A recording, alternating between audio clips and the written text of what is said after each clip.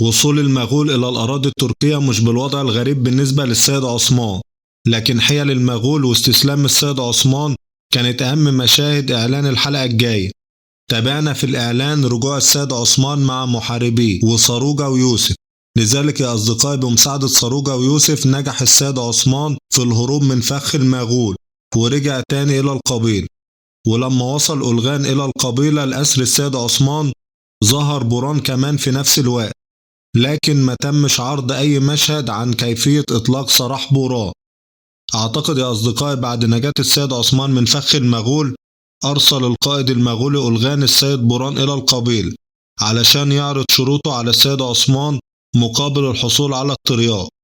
ولما وصل ألغان إلى القبيلة سلم السيد عثمان أسلحته وأصبح سجينا مقابل الحصول على الترياق وإنقاذ أهالي القبيلة. بعدها قام ألغان بأسر السيد عثمان.